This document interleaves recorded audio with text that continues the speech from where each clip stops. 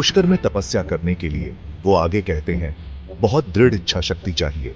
वो चेतावनी देते हैं कि यहाँ बहुत सारे मोह माया है और प्रलोभन भी बहुत ज्यादा है।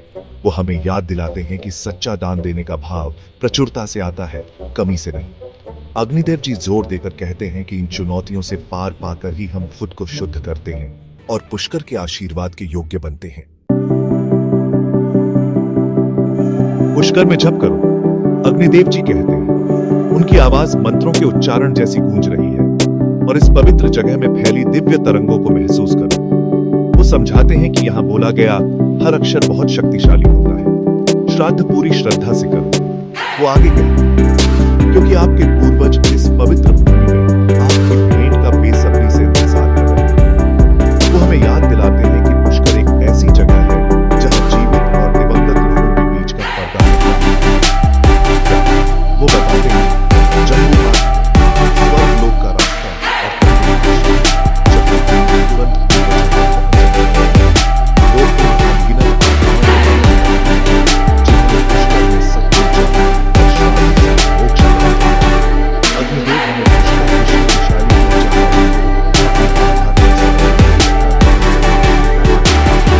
और भौतिक और आध्यात्मिक के बीच गहरे संबंध का अनुभव करो।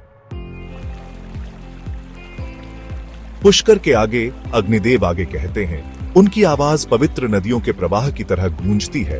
अनगिनत तीर्थ हैं, हर एक मोक्ष का द्वार है। वो हमें याद दिलाते हैं कि ईश्वरीय कृपा किसी एक जगह तक सीमित नहीं है, बल्कि पूरे ब्रह्मांड में व्याप्त है। कण्वाश्रम वो शुरू करते हैं, जहां ऋषि कण्व ने कठोर तपस्या की और दिव्य ज्ञान प्राप्त किया।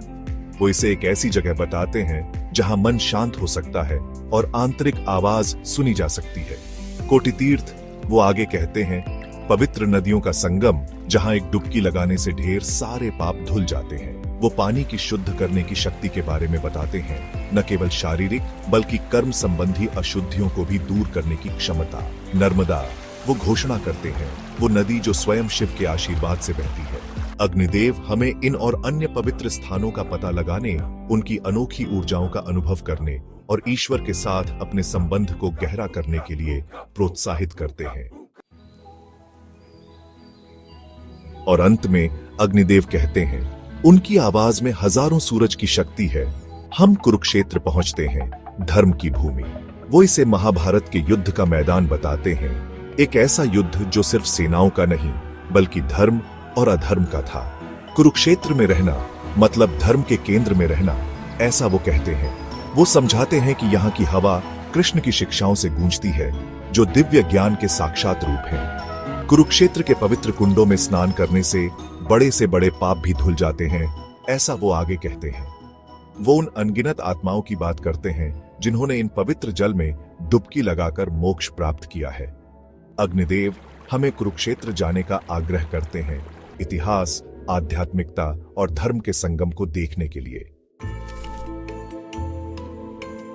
इस ज्ञानवर्धक यात्रा में हमारे साथ जुड़ने के लिए धन्यवाद, जो वेदों के पवित्र ज्ञान से होकर गुजरती है। आपकी अपनी आध्यात्मिक खोज में अग्निदेव की शिक्षाएं आपका मार्गदर्शन करें।